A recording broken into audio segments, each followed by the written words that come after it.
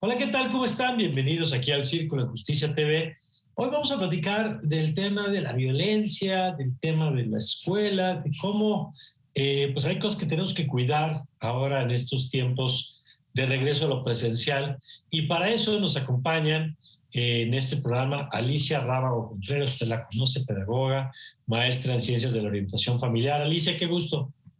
Hola, y el gusto es mío. Qué bueno que tocamos estos temas que son de tanta relevancia. Así es, y también está con nosotros Alejandra González Basúa, académica de la Facultad de Ciencias Políticas Sociales de la UNAM. ¿Qué tal, Alejandra? Muchísimas gracias, muchas gracias por la invitación, gracias Alicia, por supuesto Mario, por la invitación y por compartir este espacio. Vamos a hablar de un tema fundamental para nuestros tiempos. Así es, Alejandra. Yo quisiera empezar contigo con el tema de, pues de la violencia y de cómo es un fenómeno que de pronto, primero, tristemente en México tenemos muy presente, pero a veces le ponemos, me parece, mucho más atención a lo que pasa a la violencia en las calles o a la violencia del crimen o a esa violencia que ubicamos como más externa y no a nuestra violencia más cotidiana que a veces pasa en las casas, que a veces pasa en nuestras escuelas, que es como el correlato obligado de la otra violencia, ¿no? Pero yo quisiera empezar un poquito por ahí, de dónde estamos parados con este tema de la violencia en nuestro país. Claro, Mario, es muy importante lo que mencionas. En realidad, desde mi ámbito de trabajo, ¿no? De que son las ciencias sociales, la violencia se ha conceptualizado de diferentes maneras, ¿no? Hay diferentes teorías. Hay algunas que son muy valiosas, no solamente en términos de lo que explican, sino del impacto que han tenido, ¿no? Por ejemplo, el triángulo de la violencia de Galtung, que nos dice hay una violencia estructural, ¿no? No sé si lo han visto este esquema, pero se refieren múltiples talleres de resolución de conflictos que justamente nos dicen hay una violencia estructural que es la violencia que puede formar parte de las instituciones, del sistema económico, del sistema político, una violencia profunda, difícil y que también tenemos que trabajar y tenemos que vincular. Está una violencia cultural que es también muy compleja, que violencias que a veces son invisibles ante nuestros ojos porque las introyectamos, aprendimos a vivir con ellas y que forman parte de nuestras formas de ver y estar en el mundo, ¿no? Podemos ver violencia contra las mujeres en este caso, violencia etaria, es decir, violencia a diferentes grupos por su edad, violencia a personas con discapacidad, el racismo, el clasismo, en fin, una violencia cultural que tiene que ver con formas de mirar el mundo. Y hay otra que lo que tú dices es una violencia física que a veces es la que vemos, que es la que está en las calles, que es la que muchas veces toma los medios de comunicación. Y hay otra violencia, la violencia íntima, la que está puertas adentro, como dice Rita Segato, violencia invisibilizada también, y ahora vamos a ver nuevas formas de la violencia en la escuela, ¿no? Y entonces, justamente me parece que podríamos arrancar diciendo que tenemos que hablar de las violencias en plural, violencias de distinto orden, no solamente conceptualizarlo de múltiples maneras, sino que también se expresan en ámbitos diferentes y que tienen adjetivos también múltiples y plurales. De acuerdo, me parece, Alejandra, una buena manera de empezar a ubicar el tema. Y Alicia, ¿cómo estas violencias de las que hablaba ahora Alejandra se expresan en el espacio de la escuela? Que además, pues, por lo menos en la teoría tendría que ser, no puede ser un espacio despojado de conflictividad, pues porque somos personas, porque hay conflictos en nuestra interacción, hasta con nuestros amigos, pues, o sea, no tendría que ser un espacio despojado, pero sí tendría que ser un espacio libre de violencia. ¿Cómo se manifiestan estas expresiones que decía Alejandra en este espacio? Bueno, la verdad es que todos los espacios que fueran habitados por niños e incluso por nosotros deberían de ser espacios seguros. La casa debería de ser el primero y la otra parte del tiempo en donde los niños pasan mucho tiempo debería de ser la escuela. Sin duda, la escuela es como un reflejo de la sociedad donde el niño va a aprender a socializar y a comunicarse. Y me parece fundamental lo que comenta Alejandra. Nosotros a los niños les hablamos de violencias, es muy difícil hacerles la clasificación. Pero claro, esto es cultural, ¿no? Se va aprendiendo de cómo te comunicas en casa, de las cosas que escuchas, incluso de las cosas que ves. Hoy tienen muchos dispositivos cerca y como padres sabemos que hay imágenes violentas, incluso en caricaturas, por segundos, ¿eh? Nuestra vista ni siquiera llega a percibirlas de la cantidad de imágenes violentas que hay, palabras, a lo mejor el tonto, dar un zape, un empujón, que además hay gente que ya te dice, pero eso no es violencia, estaban jugando. O sea, empezar a normalizar este tipo de violencia hace que escalemos un siguiente nivel. Entonces yo creo que es ahí la manera en cómo a lo mejor pudiéramos establecerle en los niños los tipos de violencia, ¿no? Imagínate un niño que continuamente vive en una casa con gritos o donde hay pleitos, empujones. Para él entrar a un lugar en donde no los ve tan común, a lo mejor es un lugar más de paz y prefiere quedarse en la escuela que volver a casa, que eso fue un fenómeno que se presentó mucho cuando nos quedamos en casa, ¿no? El descubrir cuánta violencia había.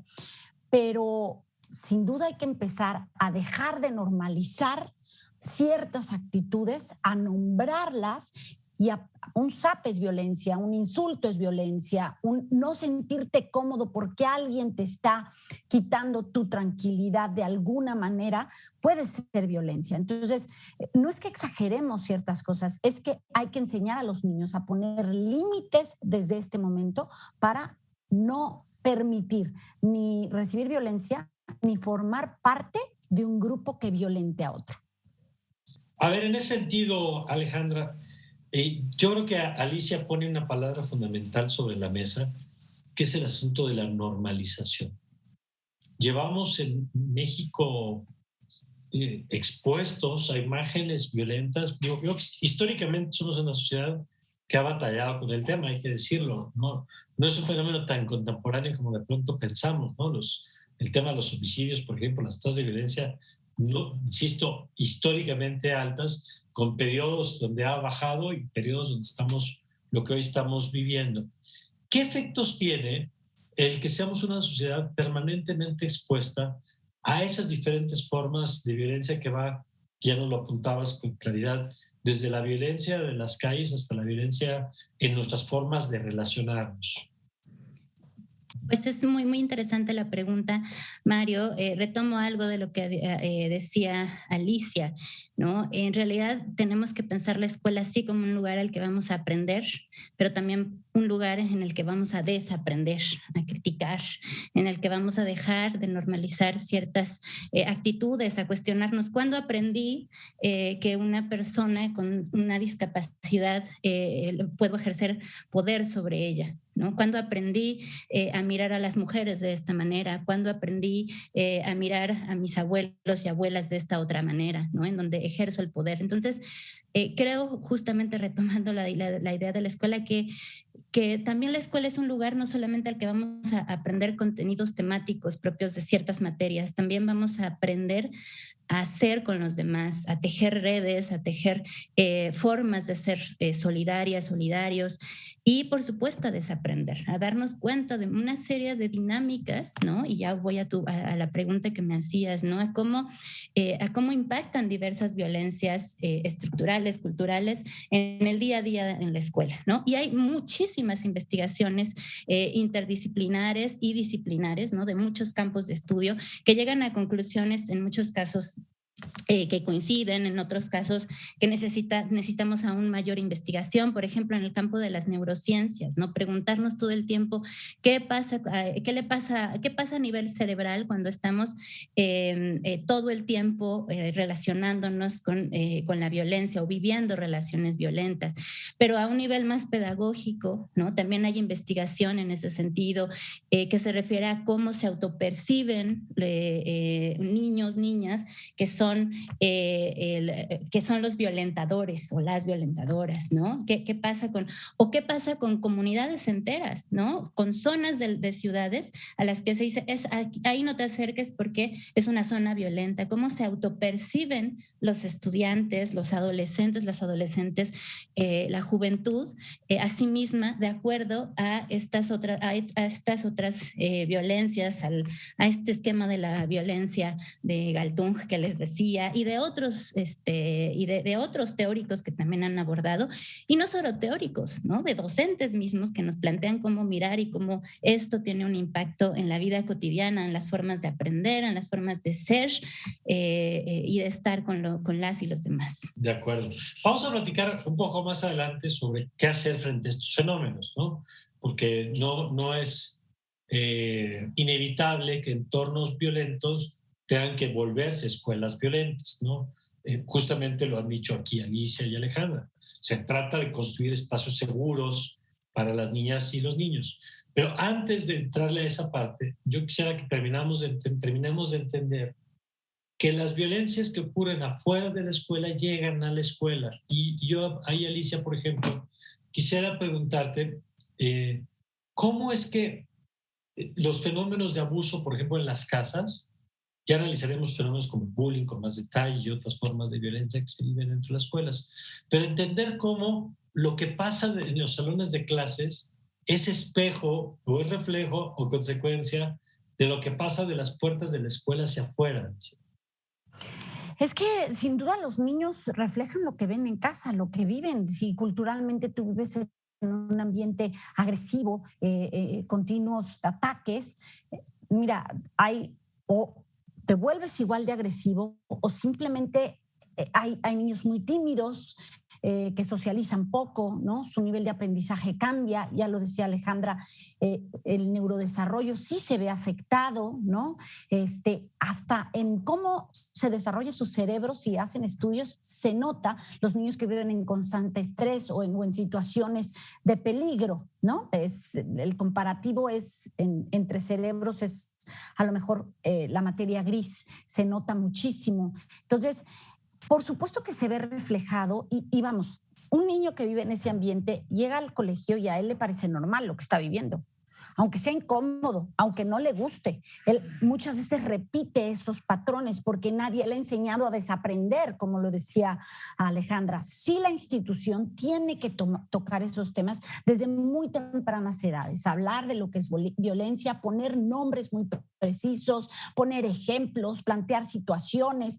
Yo recuerdo un video que está colgado en la red, fabuloso, de una maestra que tiene mucho tiempo, no es ahora, en donde la maestra decide poner un ejemplo como de discriminación en donde dice, los que vamos a ser poderosos somos los que tenemos los ojos de tal color y este día vamos a salir al recreo antes y vamos a tener más tiempo y somos los más inteligentes y mandamos sobre los otros y entonces veías cómo en ese momento los niños se engrandecían y yo soy más poderoso que tú y más listo porque no sé qué, y era asumir un poder por ciertas normas que había dictado.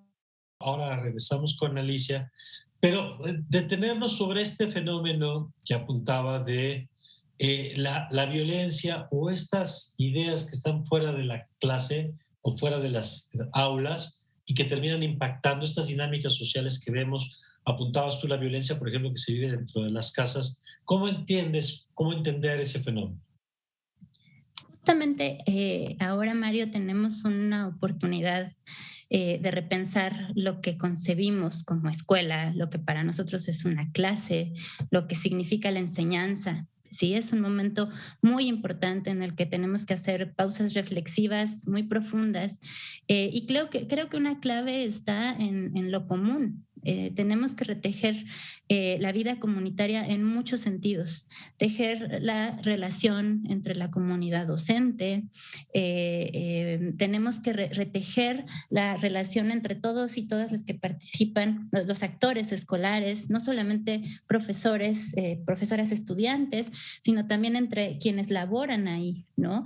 Decías, por ejemplo, sí, la violencia de las calles, la violencia de la casa se refleja o se vive en la escuela, pero tenemos la posibilidad de trabajarla desde otro lugar, justamente por la función o lo que significa la escuela, porque ahí podemos debatir, podemos criticar, podemos cuestionar justamente lo que estamos viviendo. Va a ser muy importante en el futuro, por ejemplo, poner en el centro la salud mental, ¿no? El derecho a la salud. Más adelante me gustaría poder hablar justamente del enfoque de derechos humanos para abordar el tema de la violencia, ¿no? Pero bueno, concluyo con que justamente necesitamos retejer comunidades, replantear la vida en común en múltiples sentidos. De acuerdo. Vamos a, ahora, en un momento vamos a hacer una pausa, pero ahora que regresemos, bueno, vamos a retomar esto que estaba contándonos Alicia hace unos momentos sobre este tema de este ejercicio, digamos, de las dinámicas o cómo se dan estos fenómenos, pero sobre todo vamos a revisar cómo en este espacio que debería ser seguro de una escuela, en esto que me encanta, como dicen, este espacio de aprendizaje, pero también de desaprendizaje, este espacio en donde las niñas y niños descubren que hay otras formas de relacionarse, distintas a lo mejor a las que viven en su propio domicilio, que como bien apuntaban las dos además, se perdió en buena medida durante el periodo de pandemia y confinamiento y que ahora hay que hacerse cargo, digamos. Incluso yo quisiera, ahora que regresemos, preguntarles sobre eso, porque así como hay diagnósticos académicos, ¿no?, de qué pasó en los tiempos de pandemia, pues también son pertinentes los diagnósticos emocionales o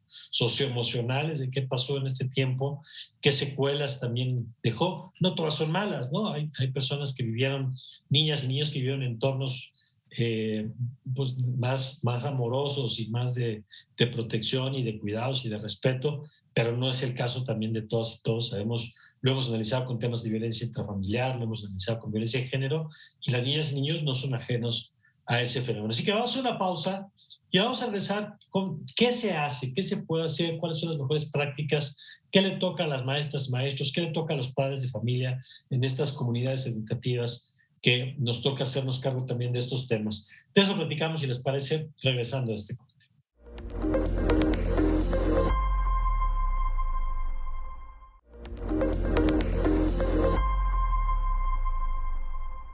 Estamos de vuelta y nada más para que no se nos quede la idea media, Alicia, nos comentabas de esta dinámica de la escuela donde le daban a los niños y niñas, ahora los que tienen el pelo largo son los fuertes, y cómo iba provocando estas reacciones dentro de los grupos, ¿no? Sí, es como, era una forma de ver cómo reacciona el ser humano, ¿no? O sea, yo ya tengo el poder, yo ejerzo el poder y ahora te trato así y ahora yo valgo más que tú y ahora yo me comporto de esta forma. Y finalmente el ejercicio termina en donde la maestra les dice nadie es mejor que nadie por ninguna característica, ¿no? Todos tenemos que aprendernos a respetar, que yo creo que sería de las primeras cosas, retomando la pregunta de qué empezar a hacer, ¿no?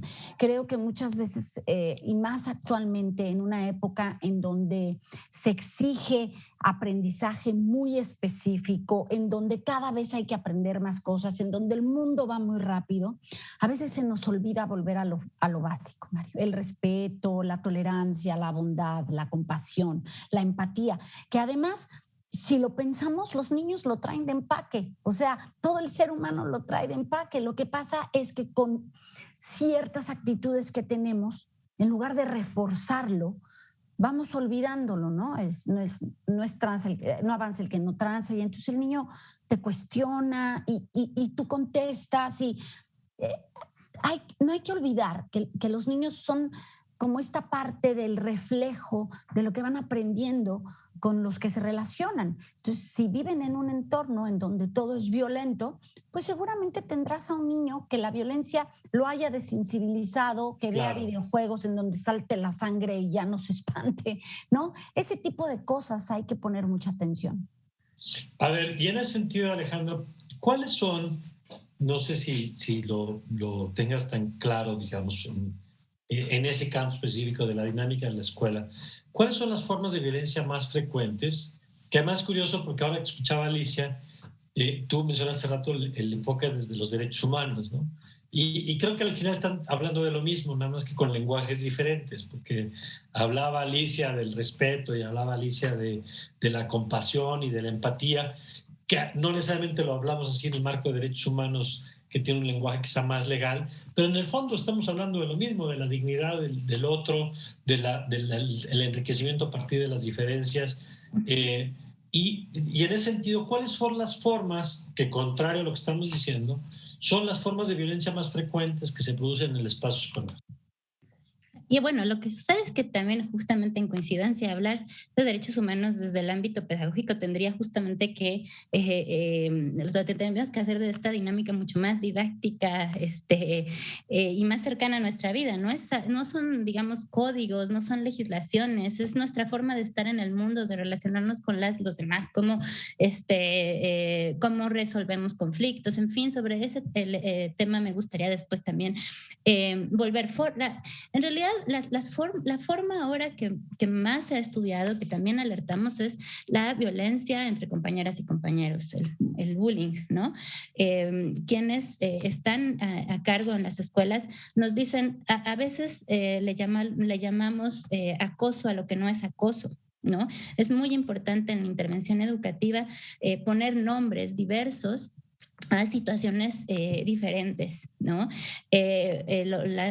Quienes están al frente de los salones, quienes están en una comunidad educativa nos dicen, hay violencias múltiples, violencias entre compañeras y compañeros, pero también hay violencias de quien está a cargo del docente hacia la comunidad estudiantil, hay violencia también entre colegas, ¿no? Hay violencia también entre quienes están laborando y hacen labores de limpieza o del mantenimiento. Es decir, hay múltiples, la violencia estructural impacta de múltiples maneras a las relaciones escolares. Y justamente creo que debemos, así como le pusimos nombre a las violencias o la pluralizamos las violencias también, justamente tenemos que distinguirla entre los diferentes actores. Y así como hay relaciones violentas, también yo diría que hay relaciones que procuran la paz, que procuran trabajar por resolver el conflicto. Algo muy importante, Mario, Alicia, es que justamente hemos aprendido de la pedagogía y sobre todo de la práctica cotidiana de las profesoras y profesores, es a distinguir, por ejemplo, violencia de conflicto. No, no todo conflicto. El conflicto Claro. en una comunidad El conflicto está bien, a es veces es sano, maravilloso, claro. es sano, de hecho es deseable. Solamente en una pesadilla de ciencia ficción Claro. pensaríamos todas y todos igual y no tendríamos diferencias. Justamente el conflicto, el disenso, pensar distinto es parte también de estos derechos que tenemos y tenemos que empezar, ¿no? Por crear una cultura de la paz que resuelva y que aprenda a vivir con el conflicto a veces, ¿no? A veces no, la diferencia no es conflicto también, ¿no? Pero digamos, en la escuela hay múltiples violencias, pero también hay muchos ejercicios de resolución de conflicto que en muchos casos no necesitan una intervención,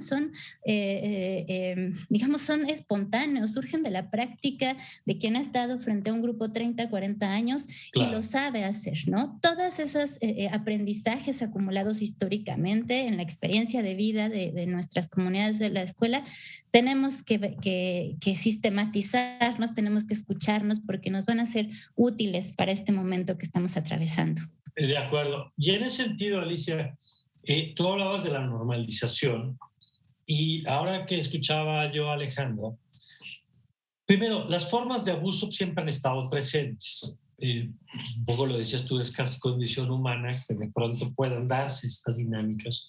Y entonces, una de las cosas que creo que es muy preocupante es cuando escuchamos a alguien decir, hombre, que el bullying siempre ha existido, ¿no? O sea, en la lógica de la normalización. Eh, que aparte nosotros siempre decimos que cuando alguien minimiza, por ejemplo, y dice, bueno, a mí mis papás me pegaban, pero salí bien, si nada más que llevas 3 divorcios y tu vida emocional es un poco complicada, ¿no? O yo fui víctima de algún tipo de abuso y no, hombre, pero salí adelante sin necesidad de ayuda.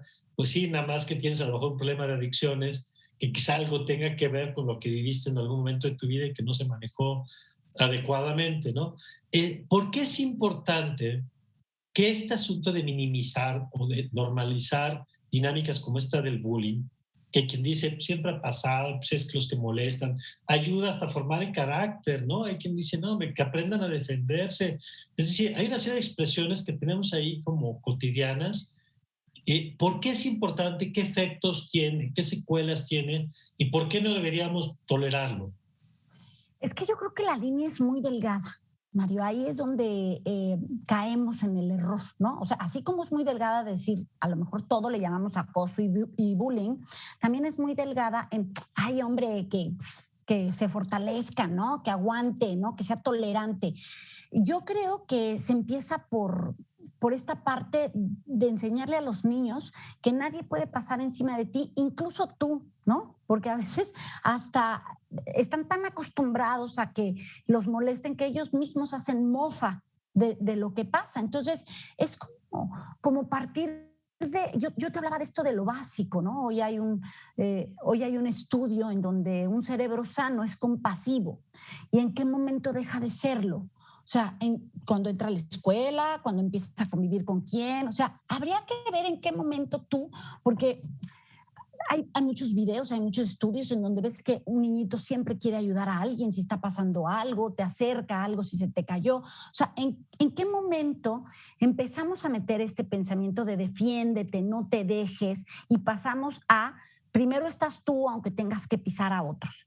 Yo creo que el aprender a convivir y el empezar a nombrar ciertas cosas, evidentemente hay niños mucho más sensibles que otros que comprenderán, pero también hay niños que se han desensibilizado justo por el ambiente en el que viven. Entonces tú tocas puntos muy importantes. O sea, creo que hoy los padres y la escuela tienen que hacer una labor en conjunto que también pienso que se ha roto.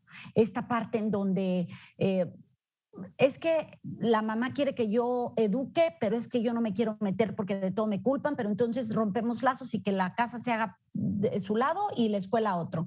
Tenemos que volver a unir fuerzas para trabajar en conjunto por esos niños que entran al colegio, por esos adolescentes, ¿no?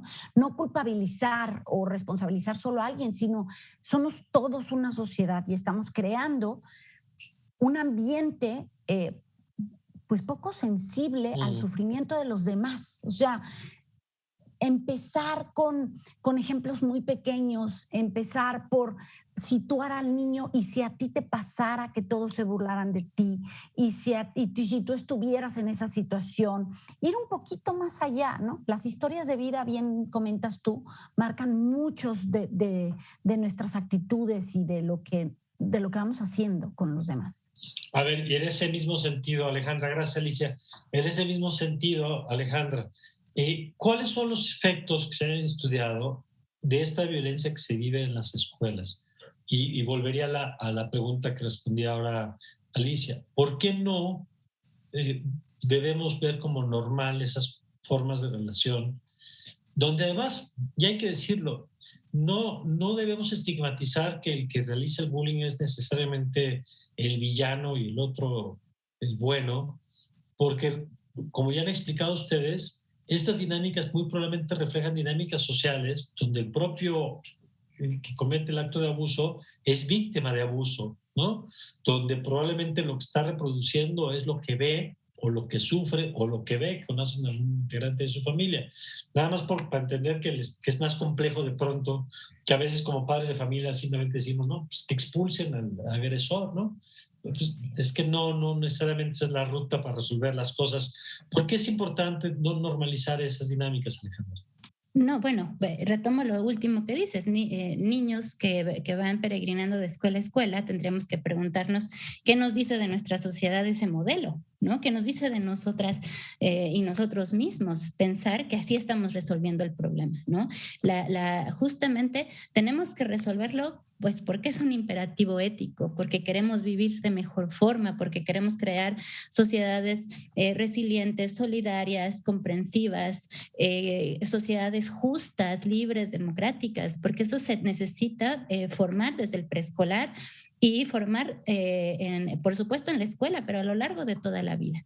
Y porque pensamos que la escuela es un espacio de socialización fundamental en el que vamos a aprender a ser, en el que vamos a aprender aspectos positivos. Entonces, la violencia, por supuesto, se tiene que trabajar, no solamente porque no podemos aprender matemáticas, español o química si estamos en un entorno violentado, si no nos emocionamos con lo que estamos aprendiendo, no solamente por ello, ¿no? Sino porque la escuela también es una apuesta por un futuro distinto, por construir personas que tengan valores, que sepamos mirar la vida en común, que nos imaginemos otras formas de estar juntas y juntos.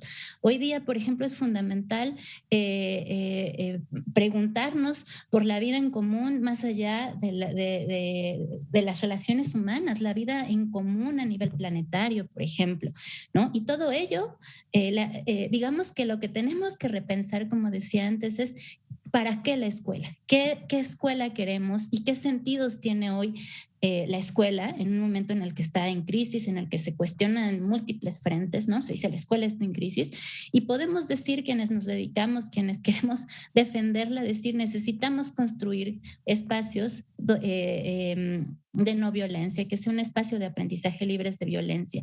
Repito, no libres de conflicto. Incluso, Mario, Alicia, hay estudios bien interesantes que dicen, yo no soy experta, pero quizá Alicia sabe más, ¿no? Pero no solamente hay que diferenciar violencia de conflicto, sino violencia de agresión. Hay momentos en donde, por ejemplo, de pegar un grito y decir no, ¿no? No es necesariamente violencia en las relaciones humanas, es un límite, ¿no? Porque no hubo la intención, no lo estoy haciendo sistemáticamente, bueno, aunque también hay violencia que no es sistemática, sino de una vez. En fin, lo que quiero decir es que la escuela es un buen lugar, ¿no? Y es un espacio en el que tenemos que construir presentes, futuros distintos. Por ello. Y para hacer esta idea, Alejandra, antes de ir con Alicia, recordar en esto que estás apuntando que la función de transmisión de conocimientos académicos es solo una de las funciones de la escuela. Por supuesto, por supuesto. Hace unos segundos hablábamos, ¿no? Bueno, ya ahora que estamos volviendo a las aulas, no sabemos qué va a pasar, pero justamente en la escuela vamos a tener que trabajar con lo que pasó en las casas, con lo que pasó, además en casas diversas, ¿no? No es lo mismo una escuela en Tijuana, en la zona fronteriza, que en los Altos de Chiapas, que en la Sierra de Guerrero y en la Ciudad de México. Hay diversidad de formas de vivir la escuela, diversidad de formas de vivir la violencia. Y también tenemos que hacer con esas experiencias diversas, no solo las positivas, ¿no? De ellas aprender, socializar, ¿no? Y a eso es lo que vamos a tener que hacer en los siguientes meses, años, ¿no? Trabajarlo colectivamente. ¿Qué podemos aprender de las y los demás que vivieron en entornos violentos, que vivieron pérdidas, aunque yo no las haya vivido, aunque yo haya estado en un espacio privilegiado? Tengo necesariamente que aprender con mi compañera que vivió de otra manera. Podemos hacerlo, ¿no? Justamente eso es uno de los grandes temas que tenemos que trabajar como comunidad docente. Y que además no deberíamos regresar a los salones como si no hubiera pasado nada, como si hubiera muerto 500,000 de personas, como si no hubiéramos tenido un trastocamiento de nuestros espacios privados, de nuestras relaciones sociales, de nuestras capacidades de socialización. Vamos a hacer una pausa y regresando le quiero preguntar a Alicia este tema, porque en efecto, yo por lo menos lo poco que he visto, ustedes son las expertas, pero para muchos niños y niñas reencontrarse con el espacio escolar, aunque los tiene por un lado encantados de volver a ver a sus amigas, amigos, a sus maestras, también les saca de pronto de la esfera de la casa y es como si hubiera que volver a aprender elementos de la socialización, pues porque estuvo rudo, digamos, ¿no? Proporcionalmente la cantidad de vida que pasaron guardados fue mucho mayor que la que los adultos hemos tenido. Los espacios de socialización que los adultos tenemos pues son más amplios, ¿no? A los niños es la escuela prácticamente y la familia y no hay mucho más. Entonces, regresando, le vamos a preguntar a Alicia y Alejandra sobre este tema. ¿Qué pasó? ¿Qué han visto en términos de la experiencia de la socialización? Y sobre todo esto, ¿cómo lidiar con el conflicto que ya dijeron ya nos explicaron que el conflicto en sí no es malo? Y cómo evitar que el conflicto sí se convierta en violencia, ahí sí ya estamos hablando de otra cosa. De eso platicamos regresando.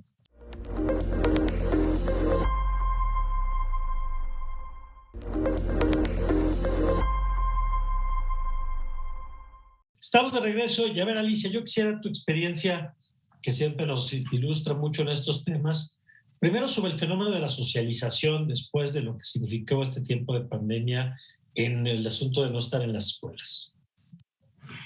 Mira, antes quisiera yo retomar, antes de contestarte esta pregunta, completar con este punto de qué podemos hacer.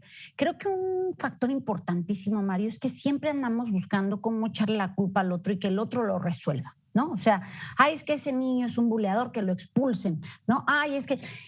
Pero nunca nos hacemos responsables de hablar sobre lo que es bulear, si tú formas parte, a lo mejor silenciosa, de callar cuando alguien bulea a otro. O sea, el llevar el conflicto a casa y decir, ¿por qué solo estamos juzgando y que lo expulsen? ¿Qué estamos haciendo nosotros para formar parte de esta mejoría de la sociedad? Que suele no pasar, o sea, solemos querer quitar el problema y no acercarlo, no porque quieres que a tu hijo lo bulean, no me refiero a eso, sino porque es necesario hablar de estos temas para que el niño identifique cómo puede formar parte de un bullying sin ni siquiera hacerlo, ¿no? Entonces, responsabilizarnos un poco más me parece también parte de corregir el problema. En cuanto a lo de la socialización, es un tema interesantísimo. Ha habido estudios en donde hay niños que su lenguaje se ha visto muy mermado. O sea, deberían de tener mucho más palabras y no las hay. Luego, hay niños que sí estuvieron muy cómodos en un ambiente de casa, entonces pues ¿por qué quiero regresar si aquí todo lo tengo bien resueltito y no me tengo que levantar y hacer el esfuerzo por bañarme, vestirme y hacer tarea, si era muchísimo más fácil? Y luego si nos vamos a, por ejemplo, a una etapa como la adolescencia, en donde sí es un poco conflictivo ir al colegio y enfrentarte a todos estos cambios, a sentirte juzgado, a acoplarte, a pertenecer, pues sí, en este rango de edad hay muchos chicos que querían volver a ver a sus amigos, pero que a lo mejor si no pertenecían a un grupo, dicen, ¿y yo como para qué quiero volver si yo estoy bien contento aquí y nadie me molesta y no tengo que darle explicaciones a nadie ni tengo que comportarme de cierta forma para sentirme bien? Creo que si tú ves esto en tus hijos, es un foco rojo que hay que trabajar. Hay que buscar quizás espacios como clases extraescolares donde encuentre otro grupo de amigos en donde sienta que pertenece, apoyarlo en por qué le está costando tanto trabajo volver a integrarse a un círculo, el comprender que es una etapa, pero que es una etapa en la que se aprende a lidiar con el grupo de pares y saber que es complicado. Esto sería un conflicto, más no mientras no te violenten y no se vea arriesgada tu integridad. Es una forma de aprender a entrar a un círculo en donde pues necesitas aprender a conocerte, a saber tus fortalezas, a trabajar en tus debilidades y que a final de cuentas somos seres sociales y tenemos que aprender no solo a aprender a respetarnos a nosotros, sino enseñarle al mundo que nos respetamos.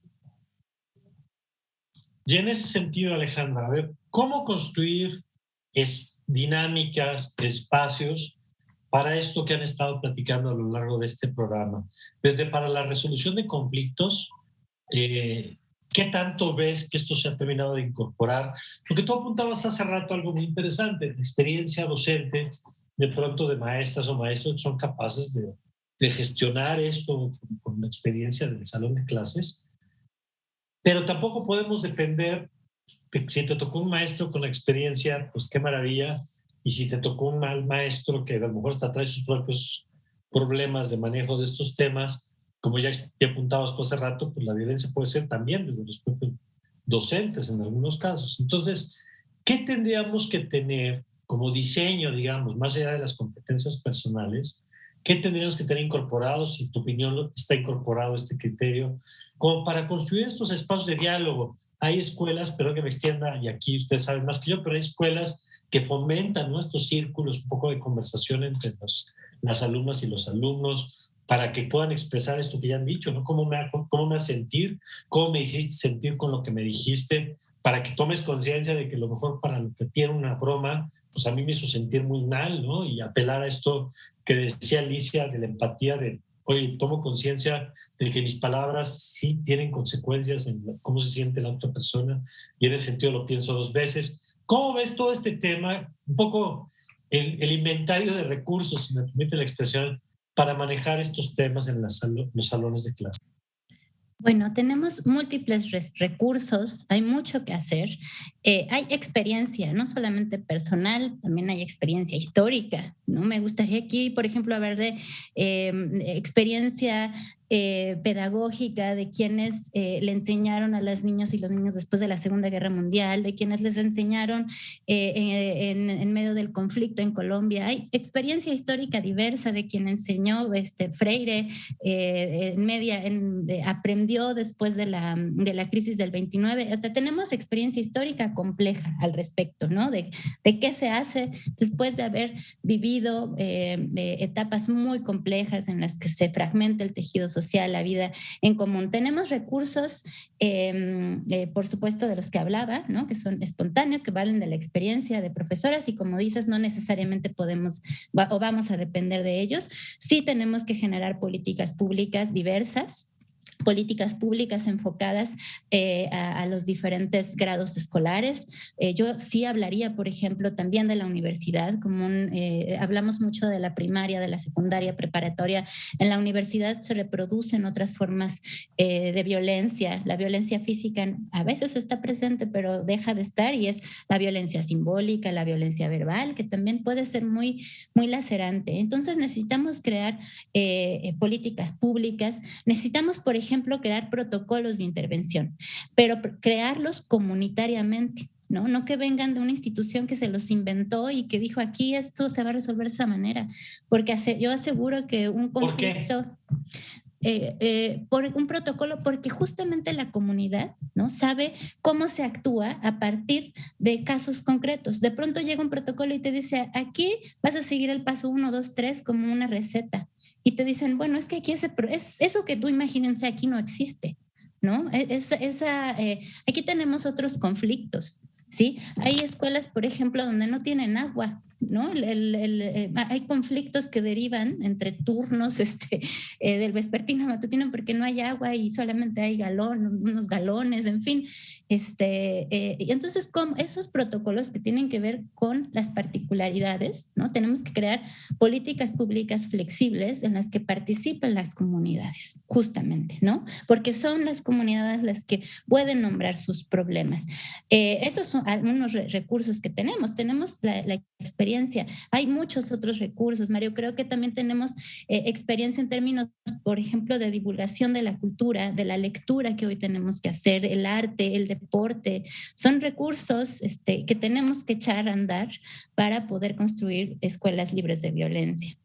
Y siguiendo en ese sentido, Alicia, en tu experiencia, ¿cómo ayudar a fortalecer estas otras capacidades o competencias que no son simplemente académicas, que no son fáciles, como la de verbalizar cómo te sientes, ¿no? Tenemos de pronto problemas adultos, ¿no? No hablamos de los niños, los adultos, que bueno, de ahí viene, para expresar qué sentimos, tener lenguaje para resolver las controversias. Nada más hay que darse un vistazo a las redes sociales para ver la dificultad que tenemos para dialogar con quien piensa diferente a nosotros. Y por eso terminamos insultándonos al segundo tweet, ¿no? ¿Cómo desarrollar estas competencias en el espacio escolar para poder hacer frente? Porque me queda claro que la violencia no solamente es como la paz, ¿no? No solamente es la ausencia de la violencia, sino que es la construcción de capacidades para gestionar mejor estos temas. Ay, María, ojalá tuviéramos la respuesta tan simple, porque ya no estaríamos viviendo así como vivimos. Pero yo creo que empezar por algo ese autoanálisis, ¿no?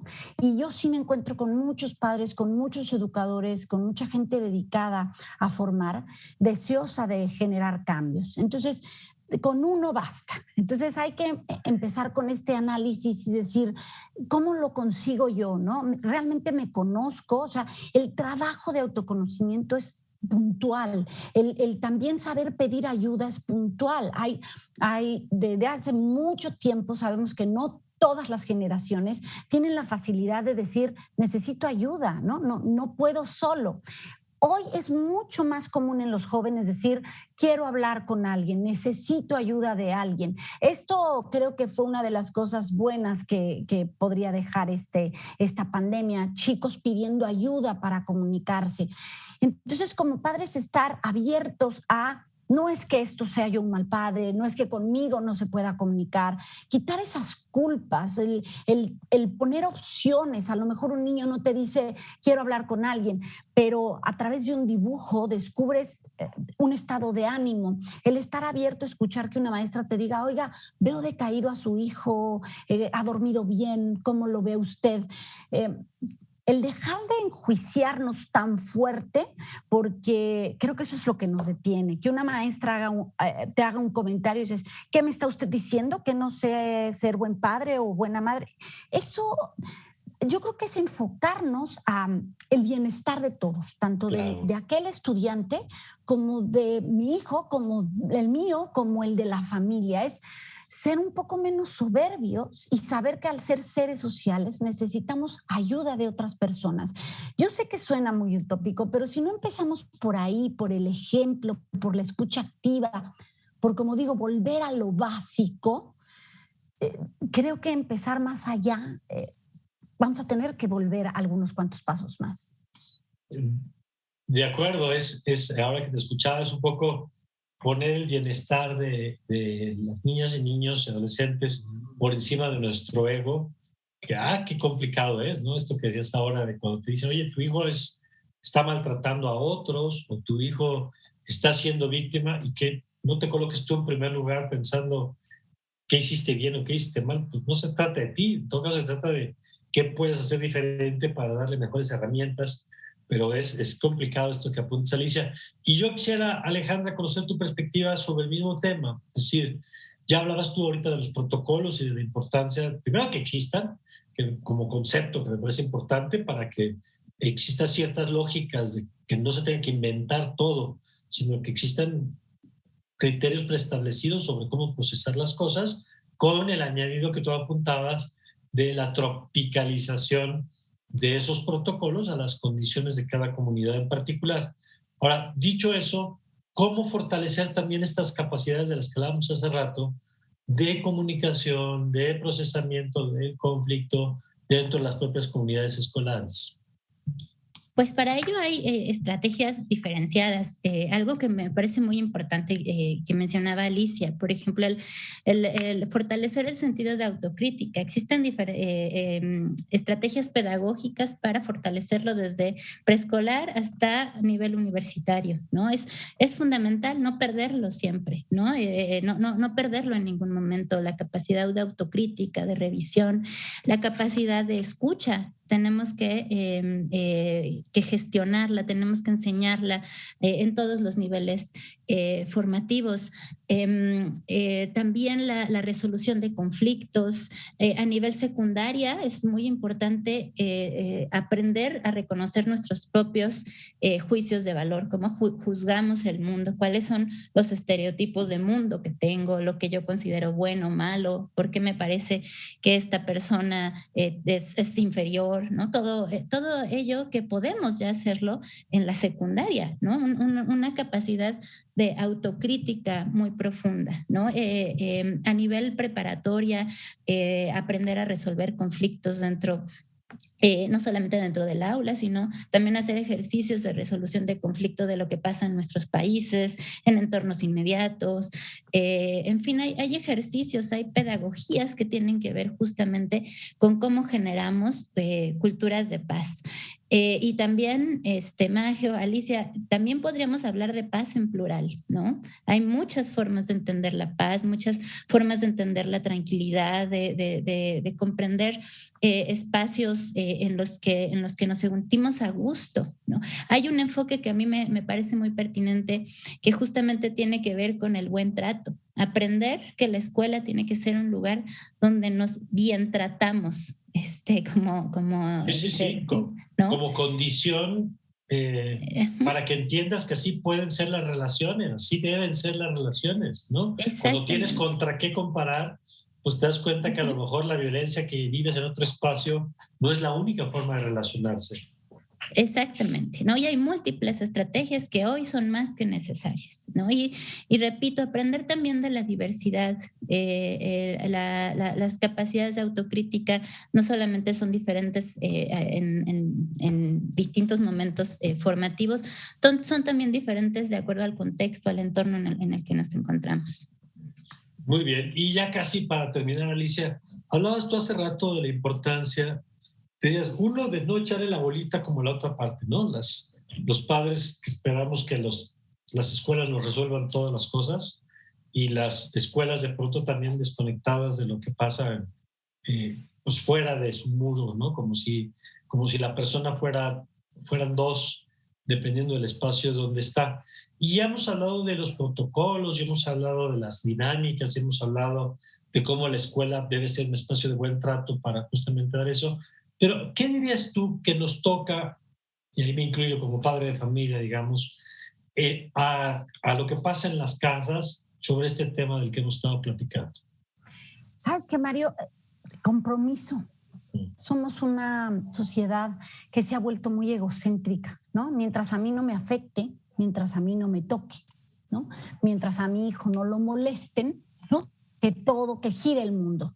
Y yo creo que cuando tú ves injusticia en algún lado, tienes que también transmitirlo en casa. O sea, no puede venir tu hijo de la edad que sea y contarte que maltratan a un compañero y tú hacer como si no pasara nada o preguntar nada más. ¿A ti te maltratan? No. Ah, bueno, entonces que el otro se defienda. Claro. No.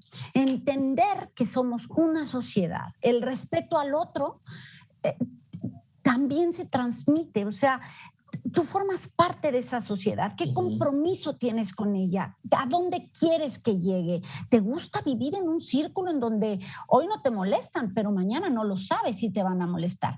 Claro. Creo que hoy, desde los adultos, debemos de trabajar con todo el que te rodea a comprometerte por hacer de este mundo algo mejor. En tu granito de arena, en lo que a ti te toque, no podemos cambiar todo, pero yo digo que la educación, y yo creo que por eso me apasiona tanto, es como esta piedrita en el agua que tú avientas y hace una olita y luego repercute en mucho más. Empezar por tu micro sociedad, que puede ser tu familia, para que eso se repita. Y entonces todos comprendamos que necesitamos de todos para estar bien. A todos nos gusta estar en un ambiente sano, relajado, sentirnos en paz. Y el poder comparar, a mí no me gusta estar en un lugar así, ni que me traten así, te hace más consciente y te compromete de cierta manera a buscar un mundo mejor. De acuerdo. Y yo quisiera cerrar nada más con esta idea que nos han transmitido a lo largo de este programa, que mientras no atendamos lo que pasa en las escuelas y mientras no atendamos lo que pasa en las casas,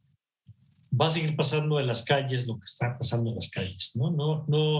No solo, porque hay muchos fenómenos, pero fundamentalmente entornos violentos, familias violentas, escuelas violentas, pues generan sociedades violentas también que sufrimos todos. Me gusta por eso esto que apuntaba Alicia de no entenderlo como solo lo que me afecta a mí, porque hasta lo que no crees que te afecta a ti, así fuera por puro egoísmo, te va a terminar teniendo consecuencias, ¿no?